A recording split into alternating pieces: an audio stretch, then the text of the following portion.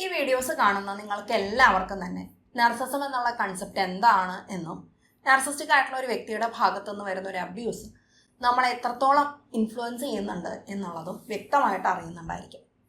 ഈ ഒരു കാര്യത്തിലേക്ക് ചേർത്ത് വായിക്കേണ്ടുന്ന ഒരു വളരെ പ്രധാനപ്പെട്ട ഒരു ചോദ്യം എന്ന് പറയുന്നത്, ഈ ഒരു നാർസിസത്തിൻ്റെ ഈ ഒരു ഹോൾ ഒരു ഡൈനാമിക് എടുത്ത് നോക്കുമ്പോൾ അതിൽ ഏറ്റവും ഡിസ്ട്രക്റ്റീവായിട്ട് നിൽക്കുന്ന, ഏറ്റവും ഡിസ്ട്രക്റ്റീവായിട്ട് നമുക്ക് അനുഭവപ്പെടുന്ന കാര്യം എന്താണ് എന്നുള്ളത് നിങ്ങൾ തന്നെ ഒന്ന് ആലോചിച്ച് നോക്കൂ. നിങ്ങളുടെ ലൈഫിൽ ഈ ഒരു നാർസിസ്റ്റിക് ആയിട്ടുള്ള ഒരു വ്യക്തി നിങ്ങളുടെ അടുത്ത് പെരുമാറുന്ന രീതിയിൽ വന്നിട്ടുള്ള ഏറ്റവും ഡിസ്ട്രക്റ്റീവ് ആയിട്ടുള്ള ഒരു പാറ്റേൺ എന്തായിരുന്നു എന്നുള്ളത്.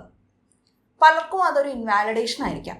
നമ്മളെ നിരന്തരം താഴ്ത്തിക്കെട്ടുന്നു, നിരന്തരം മോശക്കാരനായിട്ട് പറയുന്നു എന്നുള്ളത്. പലർക്കും അത് മാനിപ്പുലേഷൻ ആയിരിക്കാം. നമ്മളെ സൂത്രത്തിലൂടെ നമ്മുടെ കൂടെ നിന്ന് കാര്യങ്ങൾ നേടുന്നു എന്നുള്ളതായിരിക്കാം.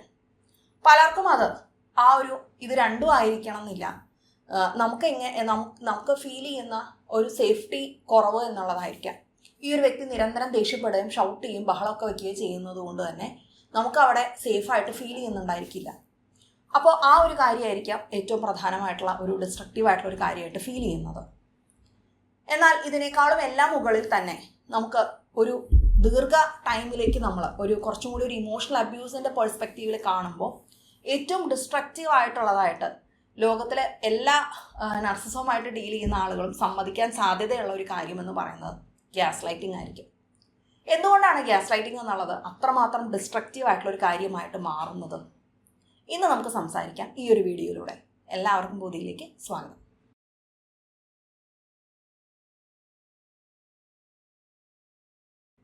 നമുക്ക് എല്ലാവർക്കും അറിയാം അല്ലേ, നമ്മളുടെ സമൂഹത്തിൽ ഒരുപാട് അബ്യൂസീവ് ആയിട്ടുള്ള പാറ്റേൺസ് നിലനിൽക്കുന്നുണ്ട്. അതെല്ലാം നോർമലൈസ് ചെയ്യപ്പെട്ടിട്ടുണ്ട്. അതുകൊണ്ടൊക്കെ ഈ കാര്യങ്ങൾ തിരിച്ചറിയുന്നതിൽ നമുക്ക് ഒരുപാട് ബുദ്ധിമുട്ടുകൾ വന്നിട്ടുണ്ട് എന്നുള്ളത്.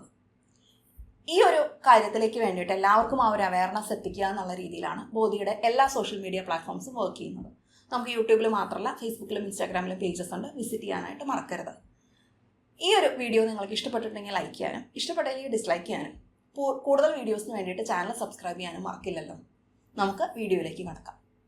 ഇന്ന് നമ്മൾ സംസാരിക്കുന്നത് ഗ്യാസ് ലൈറ്റിങ്ങിനെ പറ്റിയിട്ടാണ് അല്ലേ. എങ്ങനെയാണ് അത് ഏറ്റവും ഡിസ്ട്രക്റ്റീവായിട്ട് മാറുന്നത് എന്നുള്ളതിനെ പറ്റിയിട്ടാണ്. നമ്മൾ ഇമോഷണൽ അബ്യൂസിൻ്റെ കണ്ണിലൂടെ നോക്കുമ്പോൾ ഗ്യാസ് ലൈറ്റിങ്ങിനുള്ള പ്രസക്തി വളരെ വളരെ വലുതാണ്. എന്താണത്? വൈകാരികമായിട്ടുള്ളൊരു അബ്യൂസ് എന്ന് പറഞ്ഞു കഴിഞ്ഞാൽ നമുക്ക് നമ്മുടെ ഫീലിങ്സിനെ തന്നെ ട്രസ്റ്റ് ചെയ്യാൻ സാധിക്കാതെ വരുന്ന ഒരു സിറ്റുവേഷനാണ്. നമുക്ക് നമ്മളുടെ തന്നെ ഫീലിങ്സിനെ ട്രസ്റ്റ് ചെയ്യാൻ പറ്റുന്നില്ല. നമ്മുടെ ഫീലിങ്സ് തന്നെ നമുക്ക് എതിരെ നിൽക്കുന്നു.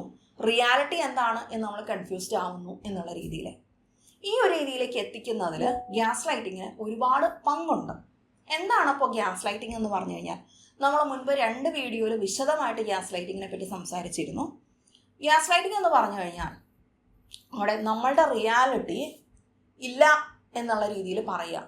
അതായത് എൻ്റെ റിയാലിറ്റി എന്താണ് എന്നുള്ളതിനെ വളച്ചൊടിച്ച് അത് എൻ്റെ തന്നെ ഒരു കുഴപ്പമാക്കി മാറ്റി ഞാൻ അങ്ങനെ ചിന്തിക്കുന്നത് എൻ്റെ കുഴപ്പം കൊണ്ടാണ്, ഇൻ റിയാലിറ്റി എനിക്ക് എന്തോ പ്രശ്നമുണ്ട് എന്നുള്ള രീതിയിൽ എനിക്ക് ഫീൽ ചെയ്യിപ്പിക്കുന്നതിനെയാണ് നമ്മൾ ഗ്യാസ് ലൈറ്റിംഗ് എന്ന് പറയുന്നത്. അങ്ങനെ നമ്മൾ ഗ്യാസ് ലൈറ്റ് ചെയ്യാം എന്ന് പറഞ്ഞു കഴിഞ്ഞാൽ, ഒരു വ്യക്തി ഗ്യാസ് ലൈറ്റർ ആണ് എന്ന് പറഞ്ഞു കഴിഞ്ഞാൽ അതിൻ്റെ അർത്ഥം ആ ഒരു വ്യക്തി വളരെ ഡിഫെൻസീവ് ആണ് എന്നുള്ളതാണ്. ഡിഫെൻസീവ് ആവുക എന്ന് പറഞ്ഞാൽ എന്താണ്? ഒരു കാര്യം റേസ് ചെയ്യുമ്പോൾ നമ്മളുടെ റിയാലിറ്റി സമ്മതിക്കാതെ സ്വന്തം ഭാഗത്തെ റിയാലിറ്റിയാണ് ഈ വ്യക്തി പ്രാധാന്യം കൊടുത്തുകൊണ്ട് സംസാരിക്കുന്നത് എന്നുള്ളത്. സോ ആ ഡിഫെൻസീവ് ആവുന്നതിലൂടെ എൻ്റെ ഭാഗത്തല്ല, ഞാനല്ല ചിന്തയിൽ മാറ്റം വരുത്തേണ്ടത്, നിങ്ങളാണ് എന്നാണ് ആ വ്യക്തി പറയാതെ പറയുന്നത്. അങ്ങനെ നിരന്തരം നമ്മൾ ഗ്യാസ് ലൈറ്റ് ചെയ്യുന്ന ഒരു വ്യക്തിയുടെ കൂടെ ജീവിക്കേണ്ടി വരുമ്പോൾ പതിയെ പതിയെ പതിയെ നമ്മളെ തന്നെ, നമ്മളുടെ റിയാലിറ്റിയെ തന്നെ സംശയിച്ചു തുടങ്ങും.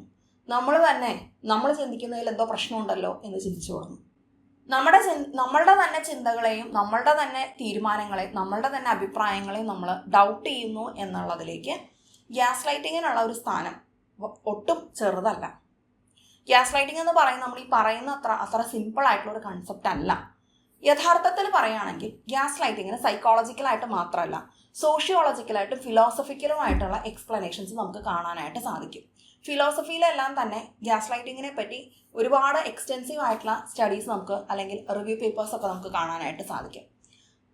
സോഷ്യോളജിക്കലി സ്പീക്ക് ചെയ്യുകയാണെങ്കിൽ 2 വ്യക്തികൾ തമ്മിലുള്ള ഒരു ഇൻട്രാക്ഷൻ എന്നുള്ള രീതിയിൽ ഒരു സാമൂഹികമായിട്ടുള്ള ഒരു പ്രോബ്ലം ആയിട്ടാണ് ഗ്യാസ് ലൈറ്റിങ്ങിനെ കണക്കാക്കുന്നത്.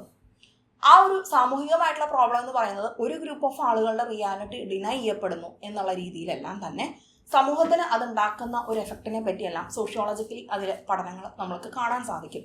സൈക്കോളജിക്കലി സ്പീക്ക് ചെയ്യുകയാണെങ്കിൽ ഒരു ഇന്റർപേഴ്സണൽ കോണ്ടെക്സ്റ്റിൽ നമ്മൾ എടുത്തു നോക്കിക്കഴിഞ്ഞു കഴിഞ്ഞാൽ ഈ പറയുന്ന സോഷ്യോളജിക്കൽ ആയിട്ടുള്ള ഫാക്ടേഴ്സിനും ഫിലോസഫിക്കൽ ആയിട്ടുള്ള ഫാക്ടേഴ്സിനും അവിടെ പ്രാധാന്യമുണ്ട്. അവിടെ പലപ്പോഴും ഈ ഒരു ഗ്യാസ് ലൈറ്റിങ്ങിന് ഇരയാവുന്നു എന്ന് പറയുമ്പോൾ നമ്മൾ പറഞ്ഞു നമ്മളുടെ തന്നെ റിയാലിറ്റിയെ നമ്മൾ കൺഫ്യൂസ്ഡ് ആയി തുടങ്ങുന്നു എന്നുള്ളത്. അങ്ങനെ നമ്മൾ നോക്കുമ്പോൾ നമ്മളുടെ തന്നെ മേലുള്ള ഒരു ട്രസ്റ്റിനെ അത് ബാധിക്കുന്നതായിട്ട് നമുക്ക് കാണാൻ സാധിക്കും. ഇനിയിപ്പോൾ ഞാൻ ചിന്തിക്കുന്നതിൻ്റെ കുഴപ്പമായിരിക്കുമോ എന്ന് പറയുമ്പോൾ നമ്മളിൽ തന്നെയുള്ള ട്രസ്റ്റാണ് നമുക്ക് അവിടെ നഷ്ടപ്പെടുന്നത്. എനിക്ക് എന്നെ തന്നെ ട്രസ്റ്റ് ചെയ്യാൻ പറ്റുന്നില്ല. അപ്പം ഞാൻ ആരെയാണ് കൂടുതലും ട്രസ്റ്റ് ചെയ്യുന്നത്? അതൊരു ഇമോഷണൽ ആയിട്ടുള്ള ഒരു പ്രോസസ്സാണല്ലേ ഇത്. ട്രസ്റ്റ് ചെയ്യുക എന്ന് പറയുമ്പോൾ അത് ജസ്റ്റ് ചിന്താഗതിയിൽ നടക്കുന്ന ഒരു കാര്യമല്ല. എനിക്ക് ഫീൽ ചെയ്യുന്നില്ല എനിക്ക് എന്നെ ട്രസ്റ്റ് ചെയ്യാമെന്ന്. പകരം എനിക്ക് ട്രസ്റ്റ് ചെയ്യാനായിട്ട് ഫീൽ ചെയ്യുന്നത് ആരെയാണ്? ഈ ഒരു വ്യക്തിയുടെ വാദങ്ങളെയാണ്. ഈ ഒരു വാദങ്ങളെ എനിക്ക് എങ്ങനെ ട്രസ്റ്റ് ചെയ്യാൻ പറ്റി? കാരണം അവനവൻ്റെ ഭാഗത്തുള്ള ഒരു ട്രസ്റ്റ് നഷ്ടപ്പെടുക എന്ന് പറയുന്നതിൽ പകരം അത്രയും ഒരാളെ ഹാം ചെയ്യാൻ പറ്റുന്നൊരു കാര്യം വേറെ ഇല്ല അല്ലേ. അതുകൊണ്ടാണ് സെൽഫ് ഗ്യാസ് ലൈറ്റിംഗ് എന്നുള്ളത് വളരെ ഹാമിങ് ആയിട്ടുള്ള ഒരു കാര്യമായിട്ട് മാറുന്നത്. അവിടെ നമ്മൾ തന്നെ നമ്മളെ ഗ്യാസ് ലൈറ്റ് ചെയ്യാണ്. ഈശ്വരൻ ഇനിയിപ്പോൾ എൻ്റെ കുഴപ്പം തന്നെയായിരിക്കും എന്ന് പറഞ്ഞ് നമ്മൾ നമ്മളെ തന്നെ ഗ്യാസ് ലൈറ്റ് ചെയ്യുക എന്നുള്ളത്. അപ്പോൾ ഈ ഒരു കാര്യങ്ങളിൽ വർക്ക് ചെയ്യാനായിട്ട് പലപ്പോഴും നമുക്ക് അവിടെ ഈ ഗ്യാസ് ലൈറ്റിങ്ങിൻ്റെ എൻറ്റയർ ആയിട്ടുള്ള ആ ഒരു കൺസെപ്റ്റിനെ തിരിച്ചറിയേണ്ടതായിട്ട് വരും. നമ്മൾ പറയുന്ന അത്ര എളുപ്പമല്ല അത്. കാരണം ഗ്യാസ് ലൈറ്റിംഗ് എന്ന് പറയുന്നതിന് ഒരുപാട് ലെയേഴ്സ് ഉണ്ട്. എന്തൊക്കെയാണ് ഒരു നാർസിസ്റ്റിക് ആയിട്ടുള്ള ഒരു വ്യക്തി എന്തുകൊണ്ട് ഗ്യാസ് ലൈറ്റ് ചെയ്യുന്നു എന്ന് ചോദിച്ചാൽ അതിൻ്റെ ലെയേഴ്സ് എന്തൊക്കെയാണ്? ഒന്ന് ഡിഫെൻസീവ്നെസ് ആണ്. നേരത്തെ പറഞ്ഞതുപോലെ മുൻപിലുള്ള ഒരു ആളുടെ വാദത്തെ ഞാൻ അംഗീകരിക്കില്ല, ഞാൻ അതിനെ ഡിഫെൻഡ് ചെയ്യാണ്. രണ്ടാമതായിട്ട് അവിടെ ഒരു ലാക്ക് ഓഫ് എംപതി എന്നുള്ളതുണ്ട്. മുൻപിലുള്ള ഒരാൾ അയാൾ അവിടെ പറയുന്ന സമയത്ത് അയാൾ അവിടെ അയാളുടേതായിട്ടുള്ള ഒരു കാര്യം പറയുമ്പോൾ അതിനോട് നമുക്കൊരു എംപതി ഇല്ല. എനിക്ക് എന്നോട് മാത്രമേ എംപതി ഉള്ളൂ, എനിക്ക് എൻ്റെ വാദങ്ങളെ മാത്രമേ കാണാൻ പറ്റുന്നുള്ളൂ. ആ വ്യക്തിക്ക് എങ്ങനെ ഫീൽ ചെയ്തിട്ടുണ്ടായിരിക്കും എന്നുള്ള എനിക്ക് ആ ഒരു തിരിച്ചറിവില്ല. ആ ലാക്ക് ഓഫ് എംപതി എന്നുള്ളൊരു ലെയർ ഉണ്ട് അവിടെ. എൻടൈറ്റിൽമെൻറ്റ് എന്നുള്ളൊരു ലെയർ ഉണ്ട്. എനിക്ക് എന്തും ആവാം, നീ എന്ത് വേണമെങ്കിൽ പറഞ്ഞു, ഞാൻ എൻ്റെ കാര്യം മാത്രമേ ഇതാക്കുള്ളൂ എന്നുള്ളൊരു ധാർഷ്ട്യവും എൻടൈറ്റിൽമെൻറ്റും അവിടെ ഉണ്ട്. പലപ്പോഴും ഈ ഒരു ലെയേഴ്സ് എല്ലാം തന്നെ ഇതിനെ കൺഫ്യൂഷനിലേക്ക് ഒന്നും കൂടി നയിക്കാറുമുണ്ട്. പലപ്പോഴും നിരന്തരം ഗ്യാസ് ലൈറ്റഡ് ആയിട്ടുള്ള റിലേഷൻഷിപ്പ് ആണെങ്കിൽ അത് വളരെയധികം കൺഫ്യൂസിങ് ആയിരിക്കും. എന്താണ് നിങ്ങൾക്ക് റിലേഷൻഷിപ്പിൽ ഫീൽ ചെയ്തിട്ടുള്ളതെന്ന് ചോദിച്ചു കഴിഞ്ഞാൽ കൺഫ്യൂഷൻ എന്നായിരിക്കാം അവരുടെ മറുപടി. കാരണം അവിടെ ഈ പറയുന്ന അവരെ ട്രസ്റ്റ് ചെയ്യണോ, എന്നെ ട്രസ്റ്റ് ചെയ്യണോ, എൻ്റെ വാദമാണോ ശരി, മറ്റാളുടെ വാദമാണോ ശരി എന്നുള്ള നിരന്തരമുള്ള ഡൗട്ടായിരിക്കും. ഈ ഡൗട്ട് ശരിക്കും എങ്ങനെയാണ് വരുന്നത്? ആ ഒരു വ്യക്തി നമ്മളുടെ റിയാലിറ്റി അംഗീകരിക്കാത്തതുകൊണ്ടാണല്ലോ, അതിനെ ഡിഫെൻഡ് ചെയ്യുന്നത് കൊണ്ടാണ്.